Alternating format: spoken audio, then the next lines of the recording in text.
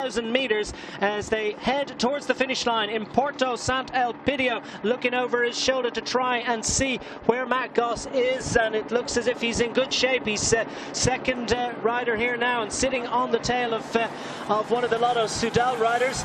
So it's Lotto Soudal that are going to have the responsibility. Luca Paolini's trying to help a Katusha teammate to get up there. Could well be Porsov. Has Porsov managed to get into the group? Sierlek also in the mix. Sierlek riding third one. Edvald Bosenhagen now goes past the Lotto Soudal rider. Edvald Bosenhagen leading out Sierlek. So it is Edvald Bosenhagen, the Norwegian, with MTN Quebec that leads them through and into the finish line. Who's going to kick off first? Bosenhagen gets out of the saddle, his final push, and coming off his wheel and nodding his way towards glory this afternoon for MTN Quebec. Who's going to get it? Here comes Peter Sagan. Peter Sagan in the middle. Jens de Buskerud tries to go up around the outside, but Sagan's going to get the win. He will not be denied. Peter Sagan takes his first victory of the season. He takes the win into Porto Sant'Elpidio, and you can be sure that means a lot to him. Jens de Buskerud not quite equal to the challenge on that occasion. Sagan it is who times it to perfection. His team set him up absolutely perfectly, and Sagan had what was required at the end. Massive relief for him. He nods his head as if to say,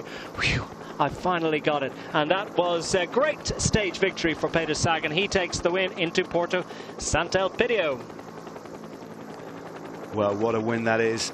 A great deal of pressure on this rider's shoulders today. Here it is in slow motion. MTN, what a powerhouse on the front. Edvald Bosenhagen leading out the former Milan San Remo winner, but coming from third wheel, it's Peter Sagan, and as you said, Declan, he was not going to be denied. He led for the last 150 metres with Sierlek on his wheel. De Buskerud comes late, but Sierlek takes second, De Buskerud third, but it's the win. Look at him pumping the air with absolute delight. First winner of the year for Peter Sagan, second victory of the year for Tinkoff Saxo. He absolutely loved that one. Oleg Tinkoff's going to be chuffed.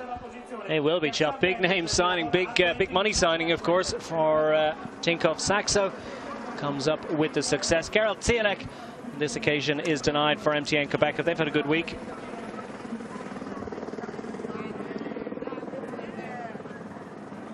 So Peter Sagan prepares for victory celebrations.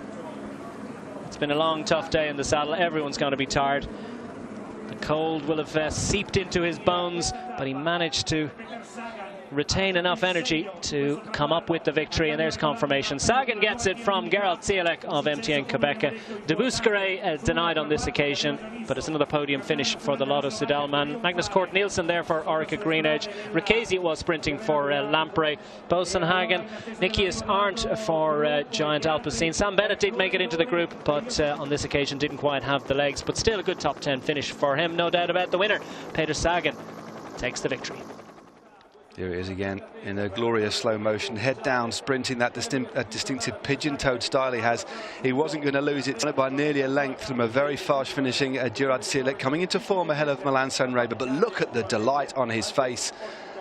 Yeah, nothing routine about that. That was a massive explosion, a massive demonstration of just how relieved he is to get the win, and relatively comfortable in as much as you could ever call a sprint in the rain comfortable. But Tinkoff Saxo really organised it well, and Sagan, he showed patience there, didn't he? He did. I mean, if you think about the pressure there, the pressure was even higher because we did lose some of the key sprinters. Actually, you think that it would take the pressure off, but it made it harder because he then had to win. You know, Cav wasn't there, so it was all about Peter Sagan. And Sagan's favourite finishes aren't necessarily flat ones, so he pulled out an absolutely sublime sprint today, a ferocious turn of pace to take victory here. But what a ride by Tinkoff Saxo. They rode pretty much all day to set him up, and he delivered.